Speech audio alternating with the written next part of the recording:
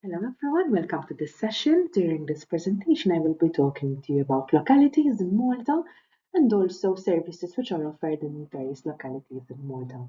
At the end of this session, I will also share with you our contact details in case you have any questions for us. So, localities in Malta. Malta is divided into many towns and villages which we call localities. These localities are where people live, work and participate in community life. Each locality has its own history, traditions, and services that support the residents. So even though Malta is a very small country, every town or village in Malta has its own unique character and identity. Examples of localities in Malta include Birkirkara and Mosta, which are one of the largest. Then there's Slima, which is very famous with tourists.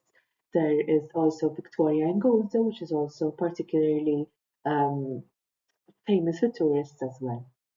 Localities provides various services to the residents. For example, you can find many local shops, schools, public transport, and so on. Every locality also have public spaces such as public squares, small parks or gardens, and churches as well. Each locality has its own traditions, festivals, and social activities as well.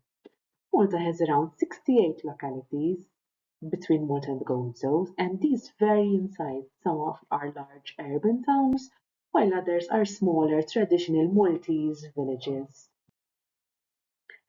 So, local councils. Every locality in Malta is managed by a local council. We call it the Kunsil Locali, which means local council.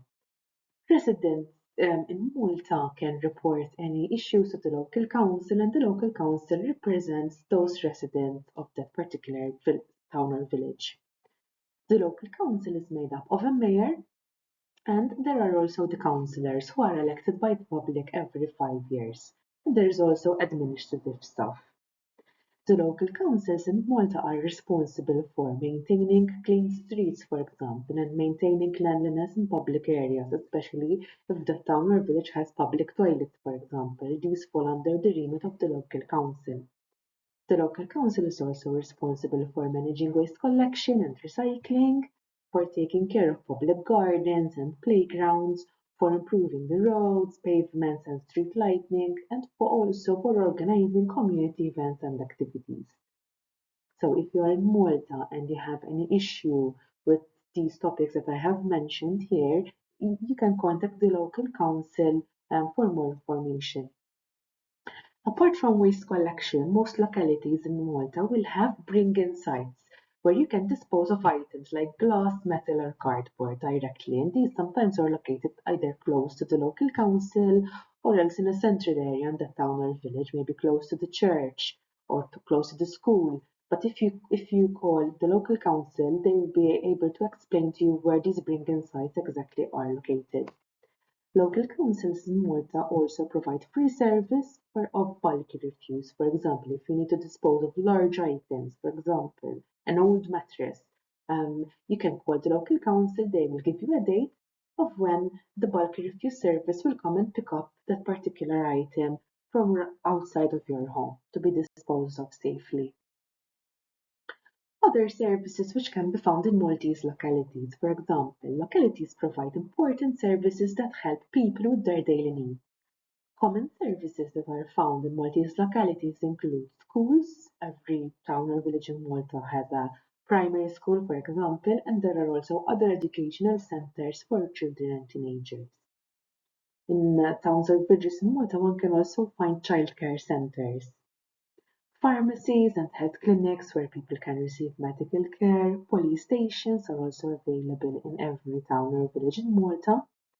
Post offices, shops, supermarkets, restaurants, shopping and dining areas.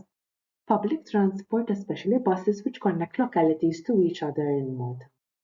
These services makes it possible for residents to live comfortably without needing to travel far for everyday necessities.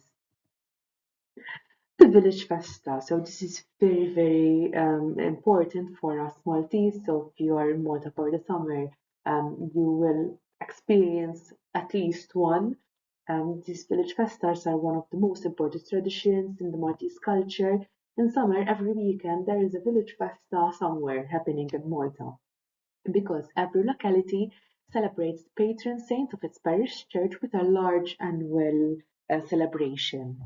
The festa celebration usually includes band marches through the street, a big firework display both during the day and also at night, decorations where the streets are light up, are with a lot of lights placed around the town, religious processions going around the street carrying the statue of the particular saint that they are celebrating, food stalls, celebrations, and gatherings. The the big celebration takes place during the weekend, but there are also activities during the week. You must attend one of these festas if you are here during summer. There are other major events in Malta, and here you can find the name of the event and their locality.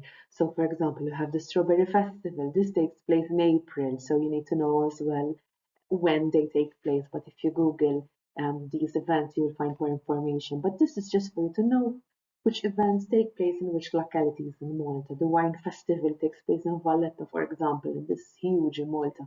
The Carnival is also a big celebration in Malta, which takes place in Valletta, Floriana, and Gozo. The Malta Jazz Festival, many tourists come to Malta for this festival, the Summer Days Festival as well. These are big events that take place in different localities in Malta.